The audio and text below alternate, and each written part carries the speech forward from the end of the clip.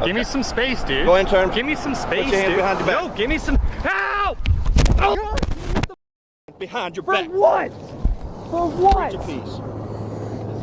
For you? Absolutely. Oh yeah, very nice, dude. Very nice. Enjoy the lawsuit. Enjoy paying for my camera too. So here's the thing: you pulled it out and you was starting them. He attacked me. It's on camera. All right. Well, we're gonna log all this in too. Good, dude. Yeah, buddy, you're gonna learn you can't come outside and grab people, man. That ain't right.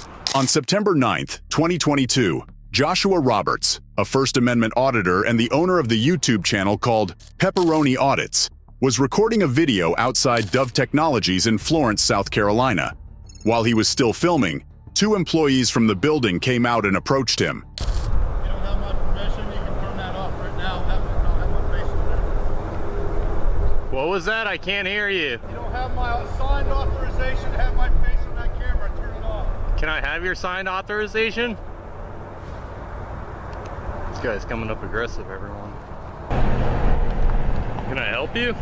No, can you help us? Yo, get away from me, buddy. No, dude. Who are you? Away from me, dude. Why are you here? Back the Why are you here? I suggest you leave me alone. You're on private property. I suggest you do something about that then and get back inside. Ooh. Really? Yeah, really. You like going around with people like this? You know You think what? that's fun? Mr. Roberts explained to the workers that he was standing on an easement, which is a designated area for public use, and not on private property. He mentioned that the utility poles on the property were owned by the city, supporting his claim.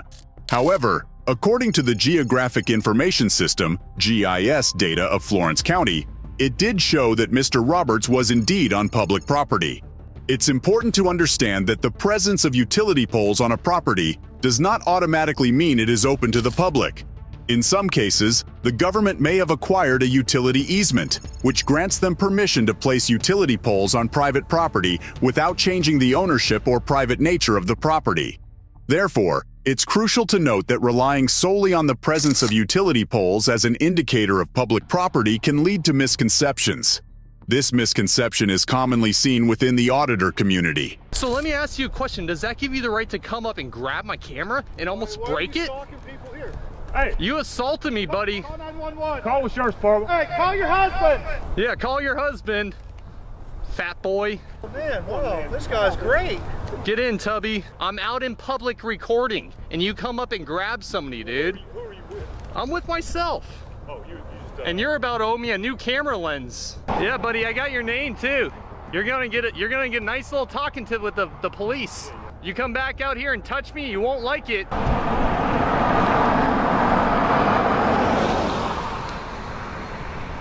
What's going on, bud?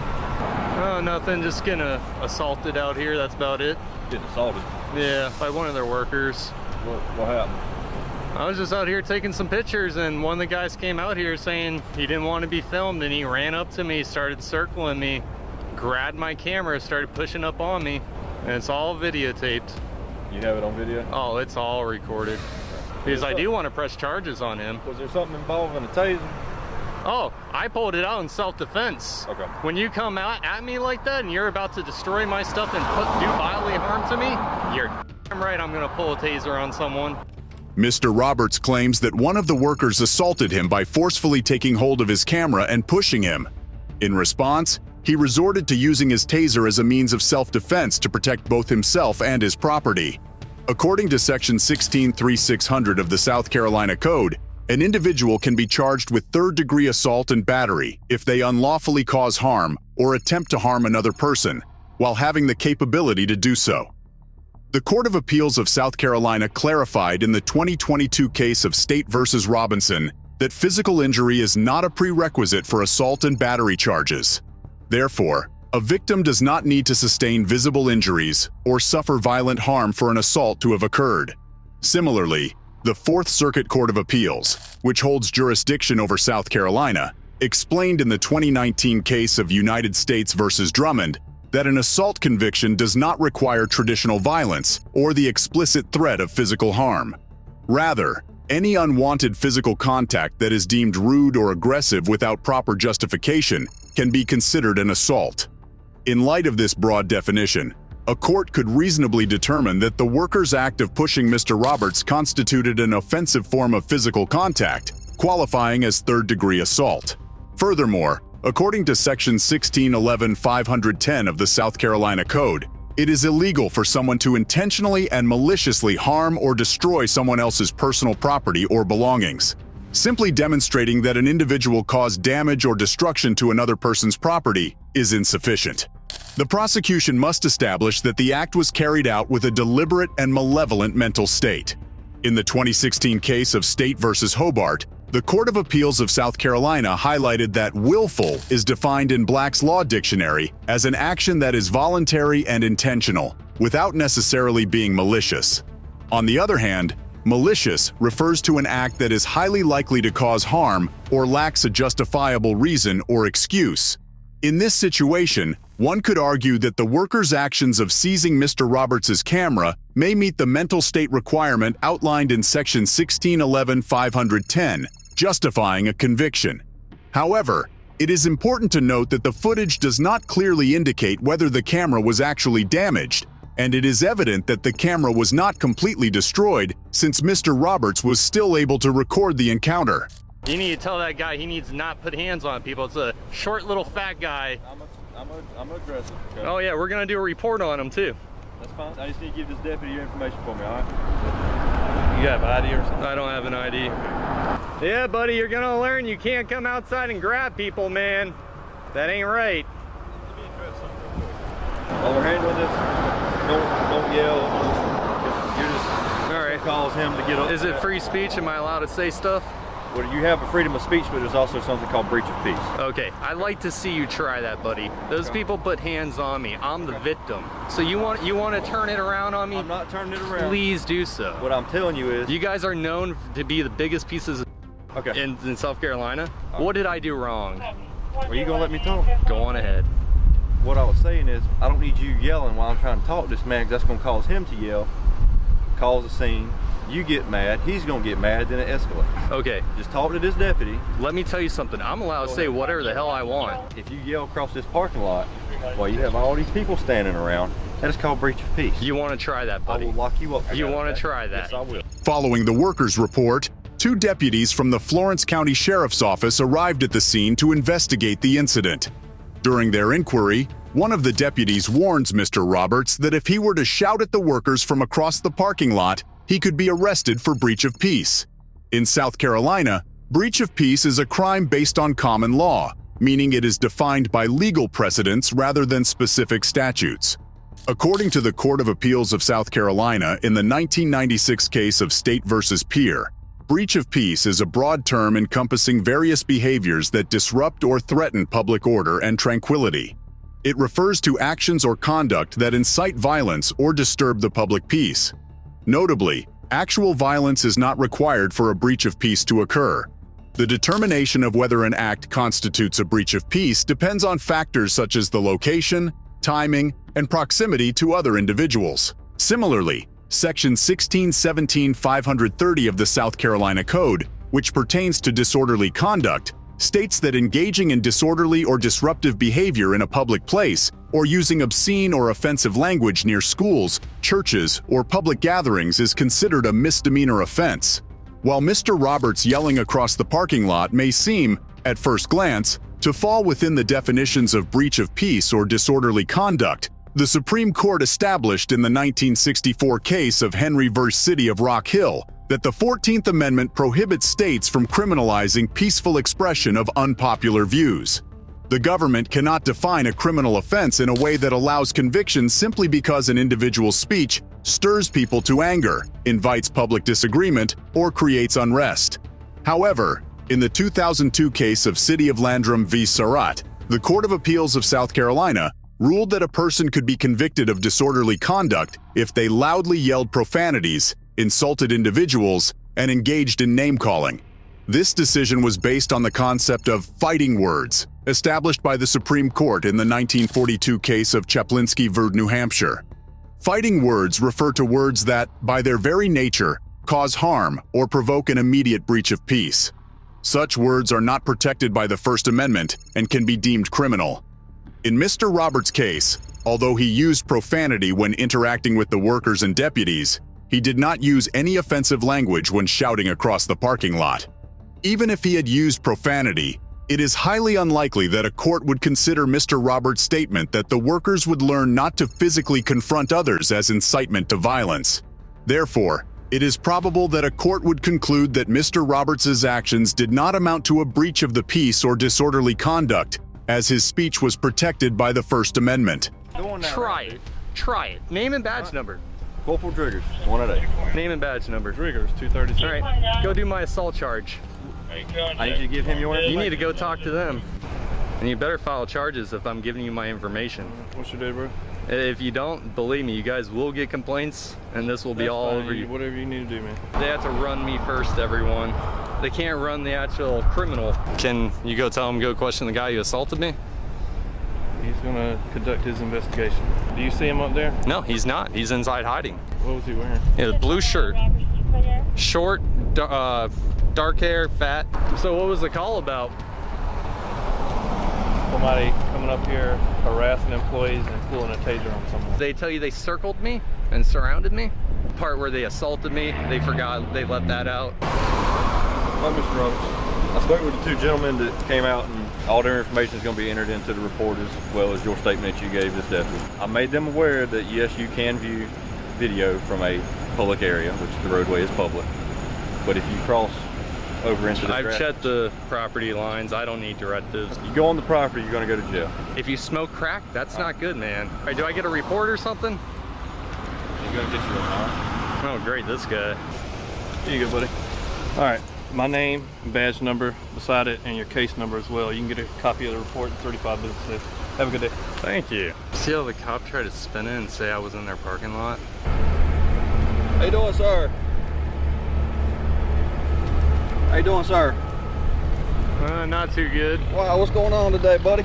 I had some dude inside. Oh, you're getting really close, man. Oh, yeah, I like to get close. I like to talk to people. Can you stop? No, sir. So I want to talk to you. What's going on, my friend? Stop getting so close to me, dude. What's going on, man? Dude, stop approaching me. Sir, I'm allowed.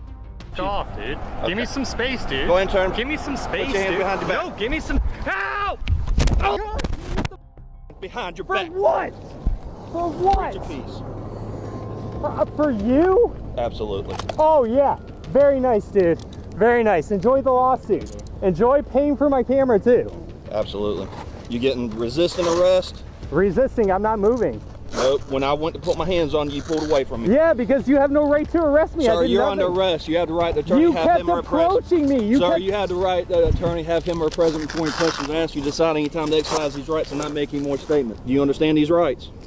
I don't answer any more questions without a lawyer present. Absolutely. All right, go and stand them up. Sergeant Paul Morrison arrives at the scene and approaches Mr. Roberts, who repeatedly asks him to maintain some distance and tries to step away.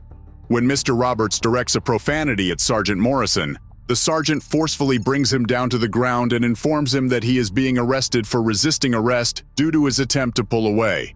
In response, Mr. Roberts argues that he only pulled away because Sergeant Morrison had no valid grounds for arresting him. According to Section 16-9320 of the South Carolina Code, it is. While nonviolent resistance can lead to a conviction, in this case, it's crucial to note that Sergeant Morrison never explicitly informed Mr. Roberts of his intention to arrest him or took any actions that should have reasonably indicated to Mr. Roberts that he was being placed under arrest. Consequently, a court would likely determine that Mr. Roberts cannot be found guilty of knowingly and willfully resisting arrest. Similarly, it is worth noting that Sergeant Morrison lacked a valid legal basis to arrest Mr. Roberts when he initially approached him. In South Carolina, it has long been established that individuals are not obligated to comply with unlawful arrests, and they retain the right to resist such arrests. The Supreme Court of South Carolina summarized previous legal precedents on this matter in the 2001 case of State v. McGowan, stating that an unlawful arrest or an attempt to make an unlawful arrest is treated the same as any other non-felony assault or common assault and battery.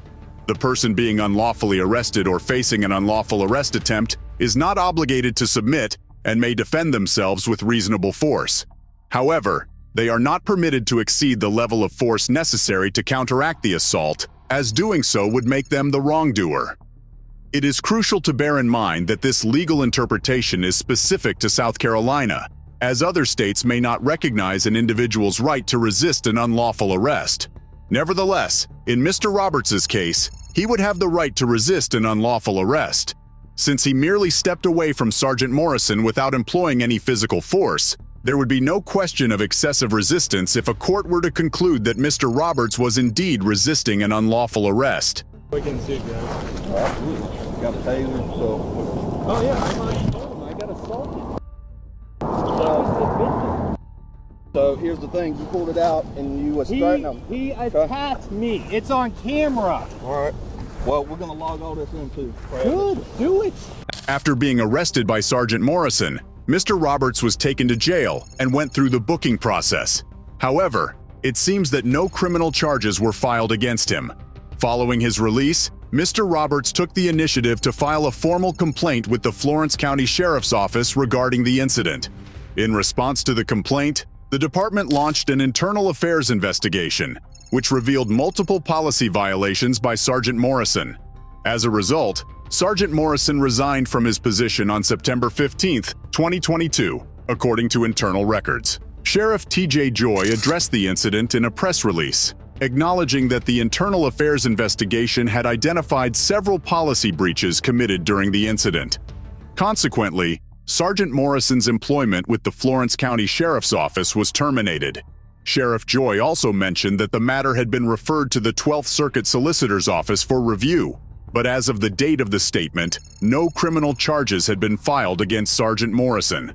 Additionally, Mr. Roberts claimed that Sergeant Morrison had deleted the video footage of their encounter from his camera following the incident. However, Mr. Roberts was able to recover the footage and subsequently uploaded it to YouTube. He also included a brief video that appears to have been recorded in the police cruiser after his arrest, in which he alleged that Sergeant Morrison was deleting the videos. The Florence County Sheriff's Office has not made any public statements specifically addressing the issue of the deleted videos. Overall, Sergeant Morrison's didn't do a good job due to his unlawful arrest of Mr. Roberts without any valid reason, his use of excessive force, and his attempt to delete the video footage as a means of covering up his actions. Although Sergeant Morrison claimed he arrested Mr. Roberts for resisting arrest, it is evident that he arrested him simply because Mr. Roberts refused to comply with his unjustified display of authority. Such behavior from a law enforcement officer is completely unacceptable and poses a danger to the public. The response from the Florence County Sheriff's Office can be appreciated in investigating and addressing the situation. However, the decision to allow Sergeant Morrison to resign rather than terminating his employment is questionable and may send the wrong message about accountability. The other Florence County deputies have done a better job, because while one deputy threatened to arrest Mr. Roberts for breach of peace, which was unlikely to be supported by the circumstances, they ultimately acknowledged Mr. Roberts' right to film in public and educated the workers about his First Amendment rights. Although they seemed frustrated with Mr. Roberts at times and occasionally responded unprofessionally to his provocative remarks, they eventually reached the correct conclusion and supported his right to record. Mr. Roberts, however, did a very good job, because despite his aggressive and antagonistic behavior towards both the workers and the officers, which did not help the situation, he consistently asserted his First Amendment rights and stood up against the officers' infringements on his First and Fourth Amendment rights. However, his mean-spirited comments about the workers' appearance were immature and kind of diminished his credibility as a professional and respectable auditor.